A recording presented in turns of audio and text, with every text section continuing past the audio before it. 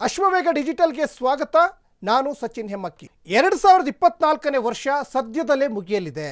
ರಾಜಕೀಯ ದೃಷ್ಟಿಯಿಂದ ಈ ವರ್ಷ ಬಿಜೆಪಿಗೆ ಮೈಲಿಗಲ್ಲಾಗಲಿದೆ. ಲೋಕಸಭಾ ಚುನಾವಣೆಯಲ್ಲಿ ಎನ್ಡಿಎ ಮೈತ್ರಿಕೂಟ ಗೆದ್ದು ಸತತ 3ನೇ ಬಾರಿಗೆ ಕೇಂದ್ರದಲ್ಲಿ ಅಧಿಕಾರದ ಗದ್ದುಗೆ ಹಿಡಿದಿದೆ. ಪ್ರಧಾನಿ ನರೇಂದ್ರ ಮೋದಿ ಮತ್ತೊಮ್ಮೆ ಪ್ರಧಾನಿಯಾಗಿದ್ದಾರೆ. ಆದರೆ ಎನ್ಡಿಎ 100ರ ಅಂಕಿ ಅಂಶವನ್ನು ಮುಟ್ಟಲಿಕ್ಕೆ ಸಾಧ್ಯವಾಗಲಿಲ್ಲ. ಇದರ ಹೊರತಾಗಿ 2024ರ ವಿಧಾನಸಭಾ ಚುನಾವಣೆಯಲ್ಲೂ ಕೂಡ ಬಿಜೆಪಿ ಅದ್ಭುತ ಪ್ರದರ್ಶನ ನೀಡಿದೆ. 2024ರಲ್ಲಿ ಲೋಕಸಭೆ ಹೊರತುಪಡಿಸಿ 8 ರಾಜ್ಯಗಳಲ್ಲಿ ವಿಧಾನಸಭೆ ಚುನಾವಣೆಗಳು ನಡೆದಿವೆ. 5 ರಾಜ್ಯಗಳಲ್ಲಿ ಬಿಜೆಪಿ ಸರ್ಕಾರ ರಚಿಸಿದೆ. 2024ರಲ್ಲಿ ನರೇಂದ್ರ ಮೋದಿಯವರ ವರ್ಚಸ್ಸು ಮತ್ತೊಮ್ಮೆ ಕಂಡು ಬಂದಿದೆ. ಲೋಕಸಭಾ ಚುನಾವಣೆಯಿಂದ ವಿಧಾನಸಭಾ ಚುನಾವಣೆವರೆಗೆ ಬಿಜೆಪಿ ನರೇಂದ್ರ ಮೋದಿಯವರ ಹೆಸರು ಹೇಳಿಕೊಂಡೇ ಮತ ಕೇಳಿದ್ರು. ಇನ್ನು ಜನರು ಮತ್ತೊಮ್ಮೆ ನರೇಂದ್ರ ಮೋದಿಯವರ ನಾಯಕತ್ವಕ್ಕೆ ಮತ ಹಾಕಿದ್ರು. 2024ರ ಏಪ್ರಿಲ್ 19ರಿಂದ ಜೂನ್ 1ರವರೆಗೆ 7 ಹಂತಗಳಲ್ಲಿ ಲೋಕಸಭಾ ಚುನಾವಣೆಗಳು ನಡೆದವು. ಈ ಬಾರಿಯ ಲೋಕಸಭಾ ಚುನಾವಣೆಯ ಫಲಿತಾಂಶಗಳು ಆಶ್ಚರ್ಯಕರವಾಗಿತ್ತು. ಲೋಕಸಭಾ ಚುನಾವಣೆಯಲ್ಲಿ ಎನ್ಡಿಎ 400 ಸ್ಥಾನಗಳನ್ನು ಗೆಲ್ಲುವ ವಿಶ್ವಾಸ ಹೊಂದಿತ್ತು. ಆದರೆ ಎನ್ಡಿಎ 400ರ ಸಂಖ್ಯೆಯನ್ನು ಸಾಧಿಸಲಿಕ್ಕೆ ಸಾಧ್ಯ ಆಗದೇ ಇದ್ದರೂ ಸತತ 3ನೇ ಬಾರಿಗೆ ಕೇಂದ್ರದಲ್ಲಿ ಅಧಿಕಾರವನ್ನು ಪಡೆದುಕೊಂಡಿತು. ನರೇಂದ್ರ ಮೋದಿ 3ನೇ ಬಾರಿ ಮತ್ತೊಮ್ಮೆ ಪ್ರಧಾನಿಯಾದರು. ಹಾಗಾದರೆ ಯಾವ ರಾಜ್ಯದಲ್ಲಿ ಬಿಜೆಪಿ ವಿಜಯ ಪತಾಕೆಯನ್ನು ಹಾರಿಸಿದೆ ಅಂತ ನೋಡ್ತಾ ಹೋಗೋಣ. ಇನ್ನು ಅರುಣಾಚಲ ಪ್ರದೇಶ ವಿಧಾನಸಭಾ ಚುನಾವಣೆ, ಈ ವರ್ಷ ಅರುಣಾಚಲ ಪ್ರದೇಶದಲ್ಲಿ ವಿಧಾನಸಭಾ ಚುನಾವಣೆಗಳು ಕೂಡ ನಡೆದವು. ವಿಧಾನಸಭೆ ಚುನಾವಣೆಯಲ್ಲಿ ಬಿಜೆಪಿ ಭರ್ಜರಿ ಗೆಲುವನ್ನು ಸಾಧಿಸಿತು. ರಾಜ್ಯದ 60 ಸ್ಥಾನಗಳ ಪೈಕಿ 46 ಸ್ಥಾನಗಳನ್ನು ಬಿಜೆಪಿ ವಶಪಡಿಸಿಕೊಳ್ತು. ಇದಲ್ಲದೆ ಈ ಬಾರಿ ವಿಧಾನಸಭಾ ಚುನಾವಣೆಯಲ್ಲಿ ಪೇಮಾ ಖಂಡು ಸೇರಿದಂತೆ 10 ಬಿಜೆಪಿ ಅಭ್ಯರ್ಥಿಗಳು ಅವಿರೋಧವಾಗಿ ಗೆದ್ದಿದ್ದಾರೆ. ಇನ್ನು ಆಂಧ್ರ ಪ್ರದೇಶ ವಿಧಾನಸಭಾ ಚುನಾವಣೆ ಕಡೆ ಗಮನ ಕೊಡೋಣ. 2024 ಆಂಧ್ರ ಪ್ರದೇಶಕ್ಕೆ ಬಹಳ ಮುಖ್ಯವಾಗಿತ್ತು.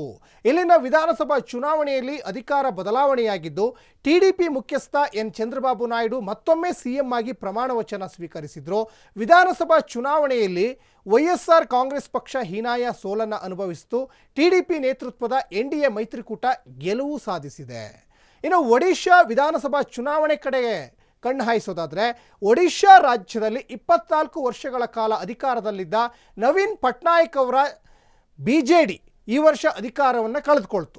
147 ಸದಸ್ಯ ಬಲದ ಒಡಿಶಾ ವಿಧಾನಸಭೆಯಲ್ಲಿ ಬಿಜೆಪಿ 78 ಸ್ಥಾನಗಳನ್ನು ಗೆದ್ದಿದೆ. ಆದರೆ ಬಿಜೆಡಿ ಕೇವಲ 51 ಸ್ಥಾನಗಳಿಗೆ ತೃಪ್ತಿ ಪಡಬೇಕಾಯಿತು. ಇನ್ನು ಹರಿಯಾಣ ವಿಧಾನಸಭಾ ಚುನಾವಣೆ ಕಡೆ ನೋಡೋದಾದರೆ, ಈ ವರ್ಷ ದೇಶದಲ್ಲಿ ಉಂಟಾದ ಅತ್ಯಂತ ಆಶ್ಚರ್ಯಕರ ಫಲಿತಾಂಶಗಳ ಪೈಕಿ ಹರಿಯಾಣ ವಿಧಾನಸಭೆ ಚುನಾವಣೆ ಫಲಿತಾಂಶವೂ ಒಂದು. ವಿಧಾನಸಭೆ ಚುನಾವಣೆಗೂ ಮುನ್ನ ಬಿಜೆಪಿಯನ್ನು ಅಧಿಕಾರದಿಂದ ಕೆಳಗಿಳಿಸಬಹುದು ಎಂಬ ಊಹಾಪೋಹಗಳು ಹಬ್ಬಿದ್ವು. ಎಕ್ಸಿಟ್ ಪೋಲ್ಗಳಲ್ಲೂ ಕಾಂಗ್ರೆಸ್ ಗೆಲುವು ಸಾಧಿಸುತ್ತೆ ಅಂತ ತೋರಿಸಲಾಗಿದ್ರೂ ಕೂಡ ಎಣಿಕೆಯ ದಿನ ಎಲ್ಲವೂ ತದ್ವಿರುದ್ಧವಾಗಿತ್ತು. ಮತ್ತೊಮ್ಮೆ ಹರಿಯಾಣದಲ್ಲಿ ಬಿಜೆಪಿ ಅದ್ಭುತ ವಿಜಯವನ್ನು ದಾಖಲಿಸಿ ಸರ್ಕಾರವನ್ನು ರಚಿಸಿತು. ನಯಾಬ್ ಸಿಂಗ್ ಸೈನಿ ಮುಖ್ಯಮಂತ್ರಿಯಾದರು. ಇನ್ನು ಮಹಾರಾಷ್ಟ್ರ ವಿಧಾನಸಭಾ ಚುನಾವಣೆ ಕಡೆ ನೋಡೋದಾದರೆ, ಮಹಾರಾಷ್ಟ್ರ ವಿಧಾನಸಭಾ ಚುನಾವಣೆಯಲ್ಲಿ ಬಿಜೆಪಿ ನೇತೃತ್ವದ ಮೈತ್ರಿಕೂಟದ ಮಹಾಯುತಿ ಅದ್ಭುತ ಗೆಲುವು ಸಾಧಿಸಿದೆ. 288 ವಿಧಾನಸಭಾ ಸ್ಥಾನಗಳ ಪೈಕಿ ಬಿಜೆಪಿ 132 ಸ್ಥಾನಗಳನ್ನು ಗೆದ್ದರೆ ಶಿವಸೇನೆ 57 ಮತ್ತು ಎನ್ಸಿಪಿ 41 ಸ್ಥಾನಗಳನ್ನು ಪಡೆದುಕೊಂಡಿದೆ. ವಿಧಾನಸಭಾ ಚುನಾವಣೆಯಲ್ಲಿ ಬಿಜೆಪಿ ಅತ್ಯುತ್ತಮ ಸಾಧನೆ ಮಾಡಿದೆ. ಆಡಳಿತ ವಿರೋಧಿ ಅಲೆಯನ್ನೂ ಕೂಡ ಸೋಲಿಸಿ ಬಿಜೆಪಿ 132 ಸ್ಥಾನಗಳನ್ನು ಗೆಲ್ಲುವ ಮೂಲಕ ಅತಿದೊಡ್ಡ ಪಕ್ಷವಾಗಿ ಹೊರಹೊಮ್ಮಿತು. ಇದರೊಂದಿಗೆ ಮಹಾರಾಷ್ಟ್ರದ ಸಿಎಂ ಆಗಿ ದೇವೇಂದ್ರ ಫಡ್ನವೀಸ್ ಪ್ರಮಾಣ ವಚನ ಸ್ವೀಕರಿಸಿದರು. ಒಟ್ಟಿನಲ್ಲಿ 2024ರಲ್ಲಿ ಬಿಜೆಪಿಗೆ ಜನ ಬಹುಪರ ಕಂದಿದ್ದಾರೆ. ಮತ್ತೊಂದು ಕಡೆ ಬಿಜೆಪಿ ಸತತವಾಗಿ 2014, 2019 ಮತ್ತು 2024ರಲ್ಲಿ ಕೇಂದ್ರದಲ್ಲಿ ಬಿಜೆಪಿಯ ಅಧಿಕಾರಕ್ಕೆ ಬಂದಿದೆ. ಅದರ ಜೊತೆಗೆ ಪ್ರಧಾನಿಯಾಗಿ ನರೇಂದ್ರ ಮೋದಿಯವರು 3 ಬಾರಿ ಅಧಿಕಾರವನ್ನು ಸ್ವೀಕಾರ ಮಾಡಿದ್ದಾರೆ. ಇದಾಗಿತ್ತು ಈ ಹೊತ್ತಿನ ಅಶ್ವವೇಗ ಡಿಜಿಟಲ್. ನೋಡ್ತಾ ಇರಿ ಅಶ್ವವೇಗ ನ್ಯೂಸ್. ಇದು ಸತ್ಯಾನ್ವೇಷಣೆಯ ಓಟದಲ್ಲಿ.